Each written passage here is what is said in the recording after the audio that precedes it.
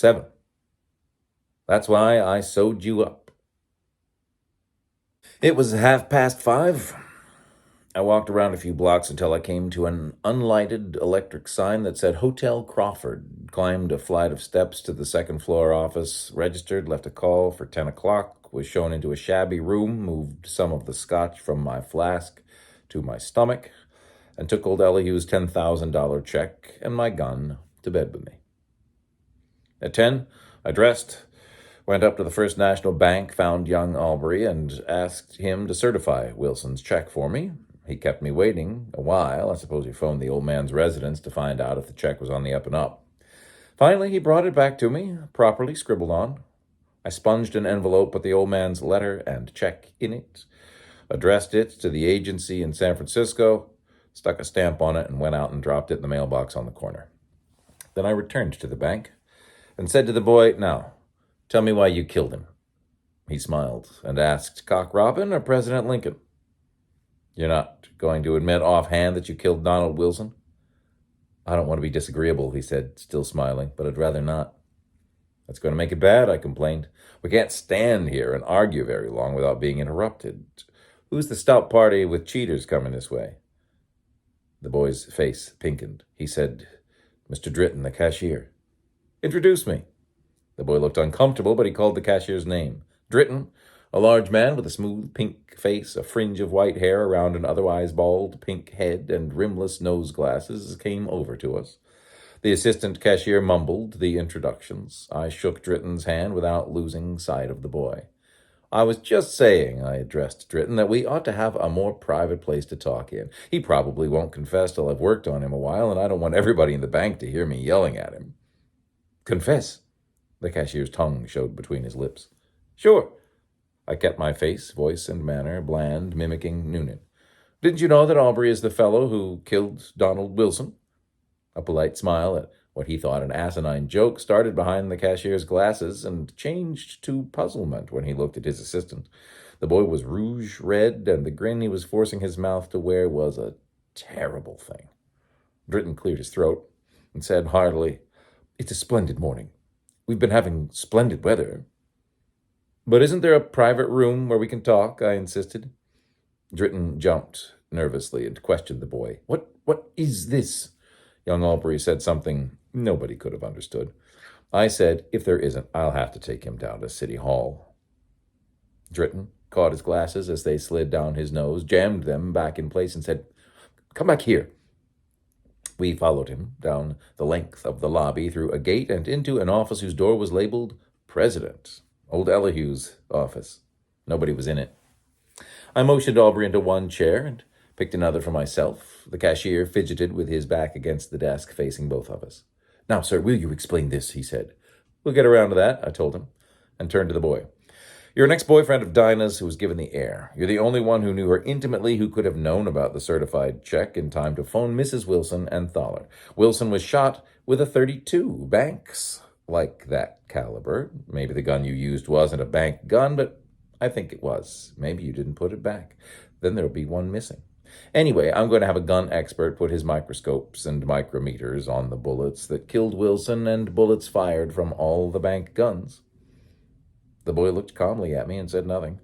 He had himself under control again. I wouldn't do. I had to be nasty. I said, "You're a cuckoo over the girl. You confessed to me that it was only because she wouldn't stand for it, that you didn't—" Please don't," he gasped. His face was red again. I made myself sneer at him until his eyes went down. Then I said, "You talked too much, son. You were too damned anxious to make your life an open book for me. That's a way you amateur criminals have. You've always got to overdo the frank and open business." He was watching his hands. I let him have the other barrel. "You know you killed him. You know if you used a bank gun and if you put it back. If you did, you're nailed now without an out. The gun sharks will take care of that. If you didn't, I'm going to nail you anyhow." "All right. I don't have to tell you whether you've got a chance or not. You know." Noonan is framing Whisper Thaler for the job. He can't convict him, but the frame-up is tight enough that if Thaler's killed resisting arrest, the chief will be in the clear. That's what he means to do, kill Thaler.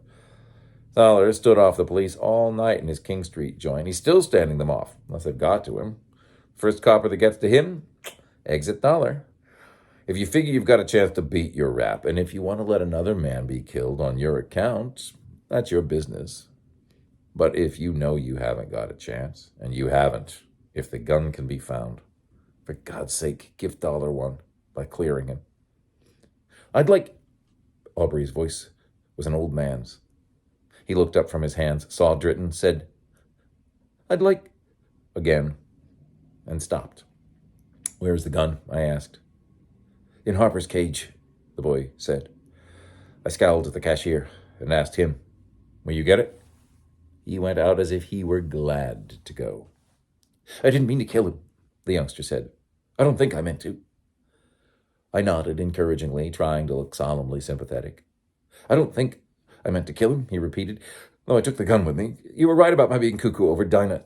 Then, it was worse some days than others. The day Wilson brought the check in was one of the bad ones. All I could think about was that I had lost her because I had no more money, and he was taking $5,000 to her. It was the check. Can you understand that? I had known that she and Dollar were, if I'd learned that Wilson and she were too without seeing the check, I wouldn't have done anything. I'm sure of it. It was seeing the check, and knowing I'd lost her because my money was gone.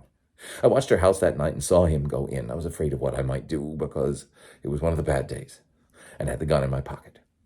Honestly, I didn't want to do anything. I was afraid. I couldn't think of anything but the check and why I had lost her. I knew Wilson's wife was jealous. Everybody knew that. I thought if I called her up and told her, I don't know exactly what I thought, but I went to a store around the corner and phoned her. Then I phoned Dollar. I wanted them there. If I could have thought of anyone else who had anything to do with either Dinah or Wilson, I'd have called them too.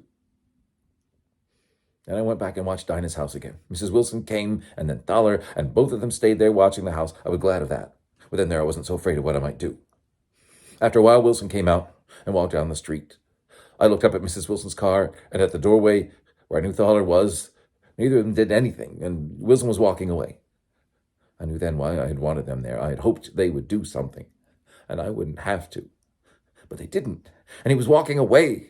If one of them had gone over and said something to him or even followed him, I would have done anything. But they didn't. I remember taking the gun out of my pocket. Everything was blurred in front of my eyes like I was crying. Maybe I was. I don't remember shooting. I don't remember deliberately aiming and pulling the trigger. But I can remember the sound the shots made and that I knew the noise was coming from the gun in my hand. I don't remember how Wilson looked, if he fell before I turned and ran up the alley or not. When I got home, I cleaned and reloaded the pistol and put it back in the paying teller's cage the next morning. On the way down to the city hall with the boy and the gun, I apologized for the village cut-up stuff I'd put in the early part of the shakedown, explaining I had to get under your skin, and that was the best way I knew. The way you talked about the girl showed me you were too good an actor to be broken down by straight hammering. He winced and said slowly, that wasn't acting altogether. When I was in danger, facing the gallows, she didn't seem so important to me. I can't now quite understand fully why I did what I did. You know what I mean? That somehow makes the whole thing, and me, cheap. The whole thing for the beginning. I couldn't find anything to say except something meaningless like, things happen that way. In the chief's office, we found one of the men who had been on the storming party the night before, a red-faced official named Biddle. He goggled at me with curious gray eyes, but asked no questions about the King Street doings. Biddle called in a young lawyer named Dart from the prosecuting attorney's office. Aubrey was repeating his story to Biddle, Dart, and a stenographer when the chief of police, looking as if he had just crawled out of bed, arrived.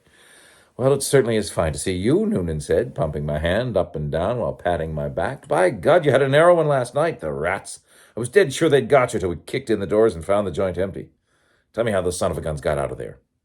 A couple of your men let them out the back door, took them through the house and back, and sent them away in a department car. They took me along so I couldn't tip you off. A couple of my men did that, he asked, with no appearance of surprise. Well, what kind of looking men were they? I described them. Shore and Reardon, he said, and I might have known it. Now what's all this? Nodding his fat face at Aubrey. I told him briefly while the boy went on dictating his statement. The chief chuckled and said, Well, I did whisper an injustice. I'll have to hunt him up and square myself. So you landed the boy. That certainly is fine. Congratulations and thanks. He shook my hand again.